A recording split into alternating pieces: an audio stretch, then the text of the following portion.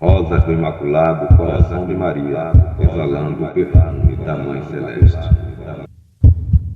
Sempre ao vivo, né? E aí, Edinaldo, você queria falar um pouco sobre essa questão dentro do nosso projeto, dentro da leitura de hoje, do Magnífica, você queria falar? Vem você com... Vai polemizar, não? Polemizar, o tema é polêmico, né? Quer dizer, pelo menos alguns defendem uma posição, outros defendem uma outra, mas eu quero dizer aqui por que nós católicos, né, nos referimos a Maria como Virgem Maria, né? Porque para nós ela permaneceu virgem antes, durante e depois do parto. E falar um pouco dessa questão dos irmãos de Jesus. Primeiro, porque um assunto puxa o outro, né? Se ela permaneceu sempre virgem, Jesus certamente não teve outros irmãos, né? Primeiro, a respeito da virgindade de Maria, está lá no livro de Isaías, no capítulo 7, versículo 14, né, quando Isaías ele profetiza dizendo que o próprio Deus vos dará um sinal, eis que a virgem conceberá e dará à luz a um filho. Ou seja, a virgem, ela faz duas coisas, ela concebe e dá à luz. Você percebe, Abdias, que a palavra do profeta, ele diz que a virgem concebe e dá à luz. Então, isso nos leva a pensar que ela, sendo virgem, ela concebe e o menino nasce também permanecendo ela virgem, né? Mas fica aquela questão lá de Mateus 1,25, que alguns dizem assim, porque lá em Mateus 1,25 está escrito que José não a conheceu até o dia em que nasceu o menino. Essa palavra até ou até que, ela dá um ponto de partida, mas não dá um ponto de chegada. O fato de ali colocar até o dia em que o menino nasceu não significa que depois que o menino nasceu, José tenha tido normalmente algum tipo de relação com Maria, tenha conhecido Maria, como é o termo bíblico. Até porque, até ou até que, dentro da própria Bíblia, se nós formos por essa linha de raciocínio, ali no livro de Samuel, né, segundo Samuel, capítulo 6, versículo 23, diz assim: até aqui o Senhor nos ajudou. Então, pensando por essa linha de raciocínio, significa que daqui por diante o Senhor não nos ajuda mais? Uma outra passagem lá, do livro de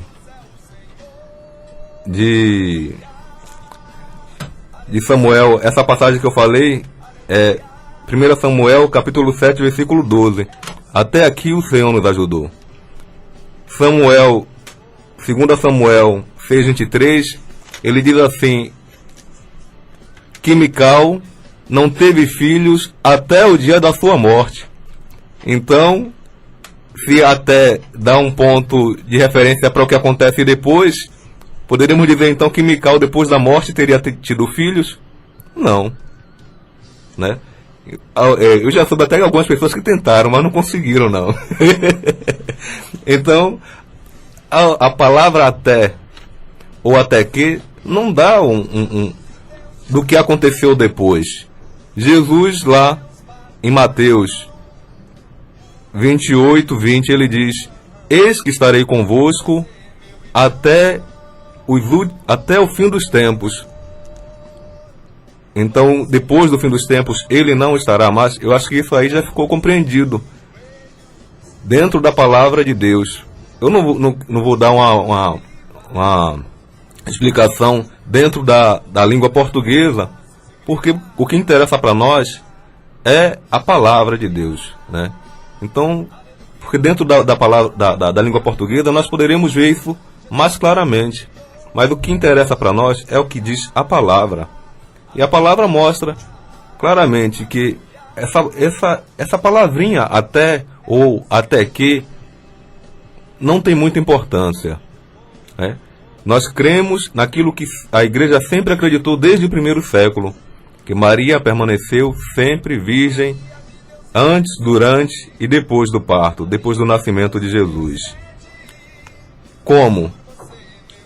Jesus diz assim, olha, eu sou a luz do mundo, quem me segue não andará nas trevas. Da mesma forma que a luz passa pelo vidro, sem quebrar o vidro, mas ela passa, da mesma forma Jesus, sendo a luz do mundo, não precisando de homem para que ele fosse gerado, também o parto dele foi de uma forma nova. Não precisou romper a virgindade de Maria, assim como o vidro passa pela luz. E Jesus é especialista em fazer isso.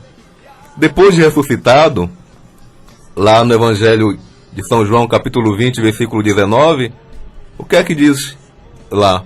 Que estando as portas fechadas por causa dos judeus, Jesus se coloca no meio deles e diz, a paz esteja convosco. Jesus entra num lugar e sai do lugar, estando as portas fechadas. Alguém consegue fazer isso? Então Jesus é especialista em fazer esse tipo de coisa. Da mesma forma que ele entra e sai, as portas estando fechadas, da mesma forma ele entrou no útero de Maria, no ventre de Maria, e dele saiu, deixando as portas fechadas, né? Agora, o que diz um pouco, vamos ver aqui um pouco da palavra de Deus a respeito dos irmãos de Jesus. A gente pega o Evangelho deixa eu pegar aqui, Evangelho de Marcos, capítulo 6, versículos de 1 a 6, onde ele vai falar um pouco aqui dos irmãos de Jesus, que retrata aquela situação de Jesus na Galileia, quando Jesus está lá na Galileia, falando na sinagoga, e as pessoas começam a perguntar, não é esse o filho de José? Não é Maria sua mãe? Não estão aqui seus irmãos? Não são eles Tiago, José, Simão e Judas? Seus irmãos também não moram aqui conosco? Então, esta passagem também, se nós formos pegar, primeiro, a palavra irmão no hebraico, ela não tem o mesmo sentido da palavra irmão na língua portuguesa. Não tem o mesmo sentido da palavra irmão na língua portuguesa. Porque no hebraico a palavra irmão designa qualquer parente.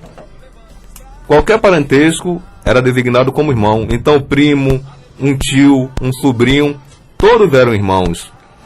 Isso fica claro para nós quando a gente pega ali Gênesis 12, 4 e 5, quando diz ali que Ló era sobrinho de Abraão, era filho de um irmão de Abraão.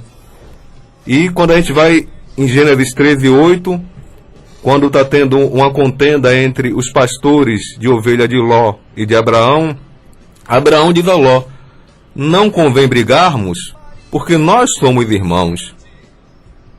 Então, a palavra irmão, entre Ló e Abraão, era para designar que um era tio e o outro era sobrinho, que eles eram parentes.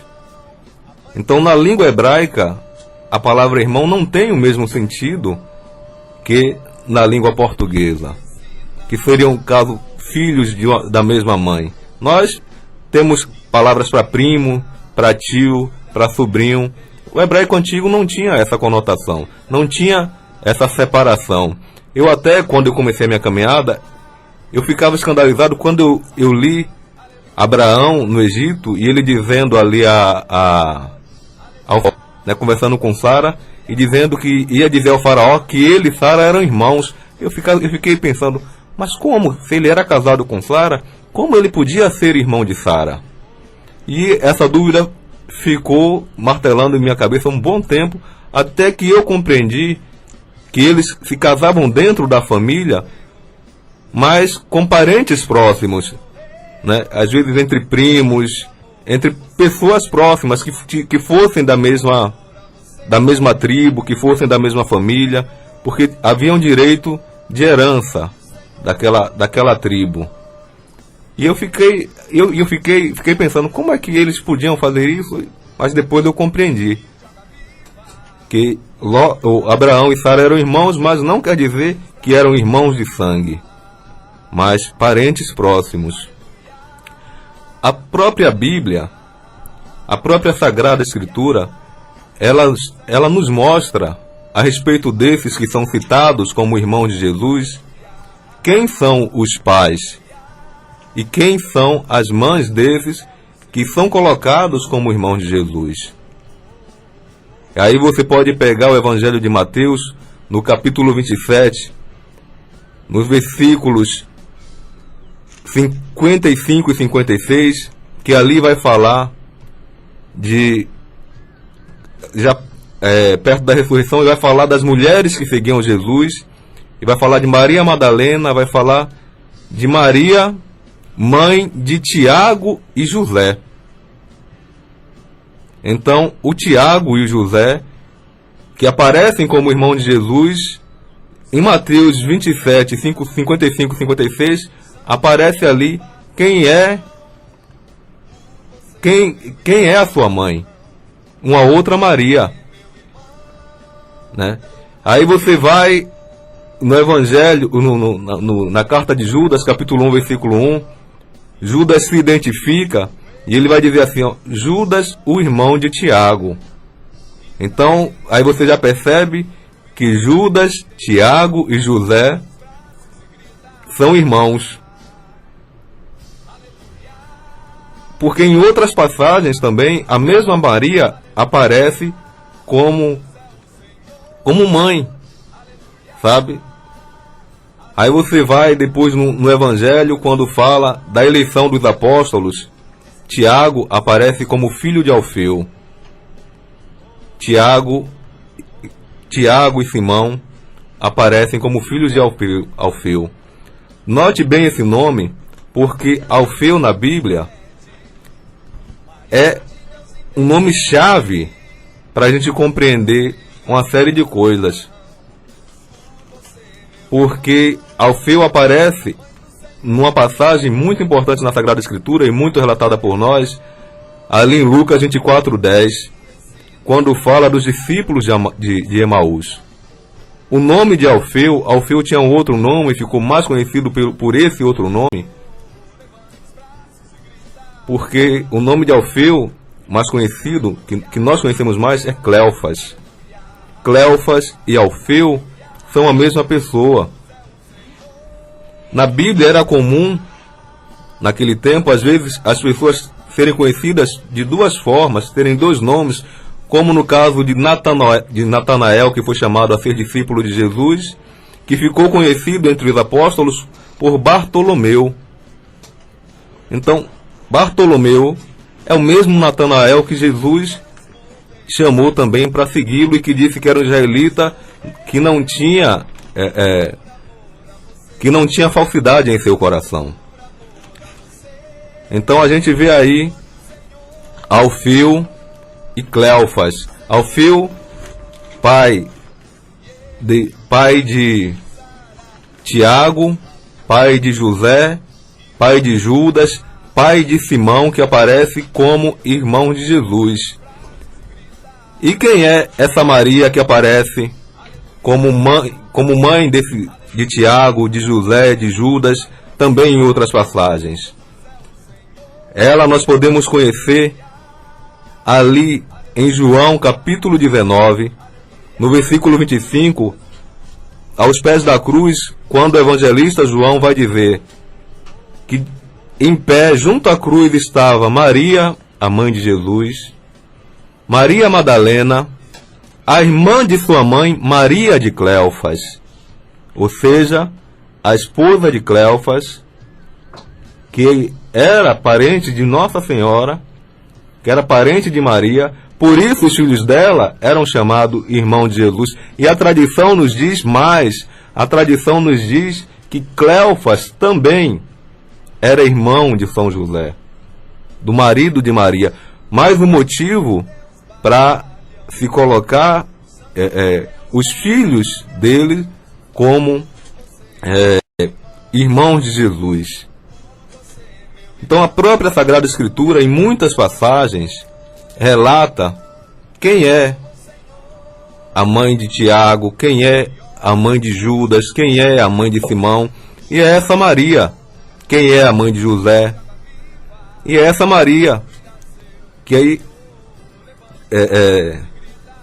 irmã de Maria, a mãe de Jesus, e que é esposa de Cleofas, que é irmão de São José.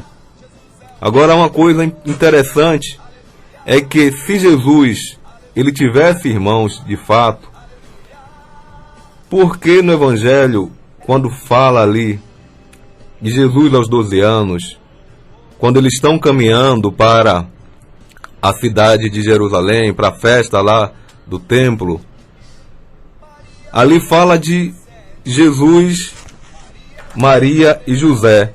Jesus já tinha 12 anos. Se eles tivessem tido outros filhos, já era tempo de ali aparecerem esses outros filhos. Eu, por exemplo, eu sou 7 anos mais velho do que o meu irmão, do que o segundo filho da minha mãe. 7 anos. Né? Então, 12 anos seria tempo mais que suficiente para que, ao invés do Evangelho relatar que ali foram Jesus, Maria e José para a festa do templo, relatar também outros filhos de Maria, outros filhos de José. E a Bíblia não fala isso. Só fala que ali foram Jesus, Maria e José.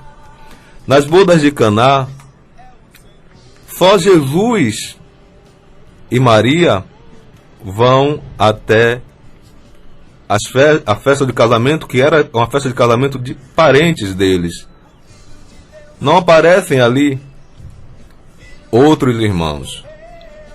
Aí nós pegamos o Evangelho de João, capítulo 7, no versículo 25, versículos de 2 a 9, que vai falar ali dos irmãos de Jesus que pegam Jesus e que vão falando: se você quer aparecer, você tem que ir para Jerusalém. E ali no final do relato deixa claro que eles não acreditavam em Jesus. A relação familiar dos judeus não é como a relação familiar nossa. Nós podemos perceber da forma que esses que são ditos irmãos de Jesus falam com ele, que esses seriam mais velhos do que Jesus. No entanto, Jesus foi o primeiro filho de Maria. Eles não poderiam falar com Jesus, Jesus sendo o primogênito, da forma como falaram, porque eles teriam que respeitar o irmão mais velho. Era a questão da prenitura. Então jamais, se fossem realmente irmãos de Jesus, filhos de Maria, eles poderiam falar com Jesus daquela forma, porque estariam transgredindo a lei. Um outro fato que nos leva a repensar essa situação, também na crucificação, quando Jesus está sendo crucificado, e ali mais uma vez Mateus 19, 25 vai dizer que Maria estava ali aos pés da cruz, e que Jesus olha para o seu discípulo amado e olha para sua mãe e diz: mulher, eis aí o teu filho, filho, eis aí a tua mãe. E daquela hora em diante, o discípulo amado a levou para a sua casa.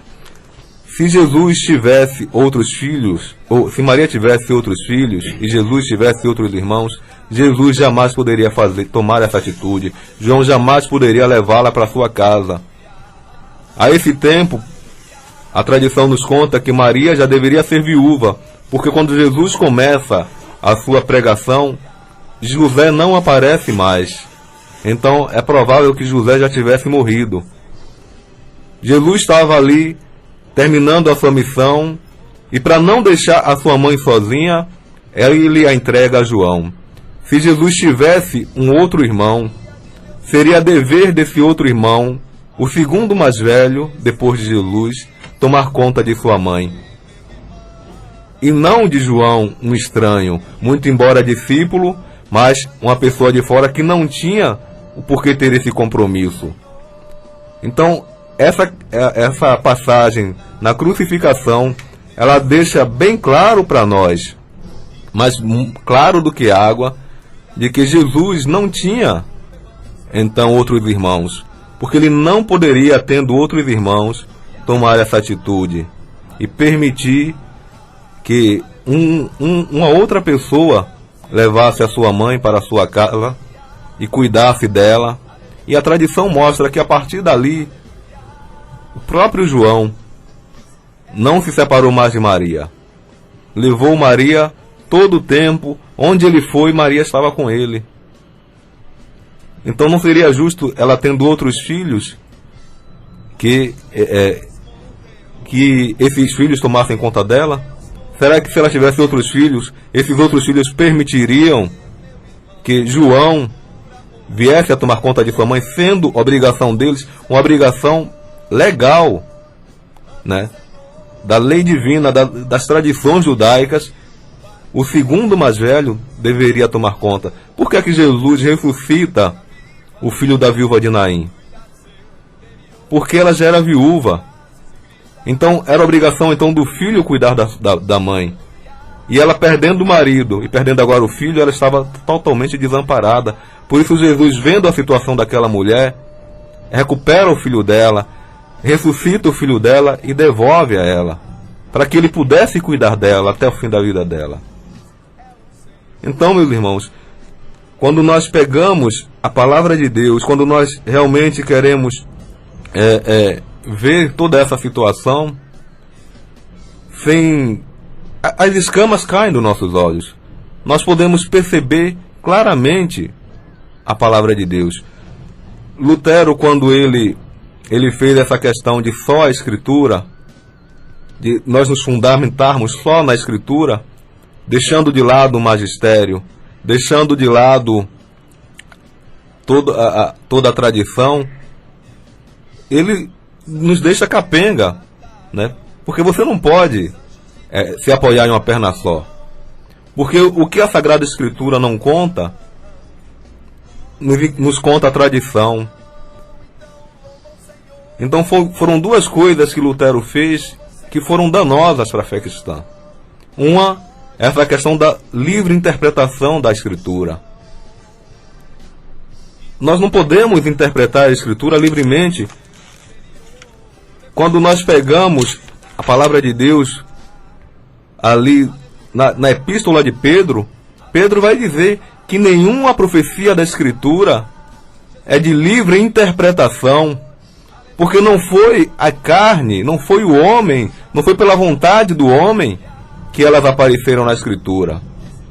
E depois ele vai também falar a respeito da dificuldade da interpretação das cartas de Paulo, ali no final do capítulo 3, e ele vai dizer que muitos homens deturpam o que Paulo fala a respeito da vida do Senhor e de muitas questões, como o fazem também com o restante das Escrituras. Então, não é de livre interpretação a Escritura.